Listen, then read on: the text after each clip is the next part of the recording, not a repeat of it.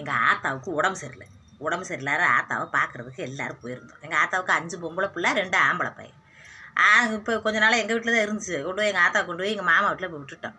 மாமா என்ன சொல்கிறாரு, ஏத்தா அம்மா ஆகி போயிடுச்சுடா, அல்லது ட்ரெஸ்ஸு சேலைகளை குளிக்க வச்சு சேலைகளை மாற்றி விடுறதுக்கு எனக்கு கொஞ்சம் கஷ்டமாக இருக்குது, பொம்பளை பிள்ளைய நீங்கள் கொஞ்சம் பாருங்கத்தா அப்படின்னு சொன்னார்.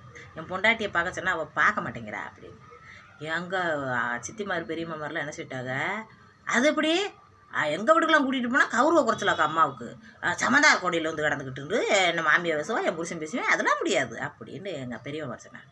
நான் என்ன சொல்ல வரேன்டா, ஆத்தாப்பு சொத்துல சமவாதி எங்களுக்கெல்லாம் இருக்குது அப்படின்ட்டு கொடிதுக்கு எப்படி வரையும் கேட்குறீங்க?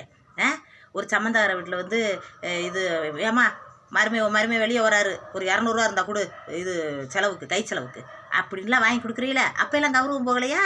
உண்மையினா லைக் பண்ணுங்க. ஆம்பளைக்கு ஒரு நியாயம், பொம்பளைக்கு ஒரு நியாயமா? பொம்பளை பிள்ளைய அவன் ஆத்தாவை பார்க்கக்கூடாதாக்கும்.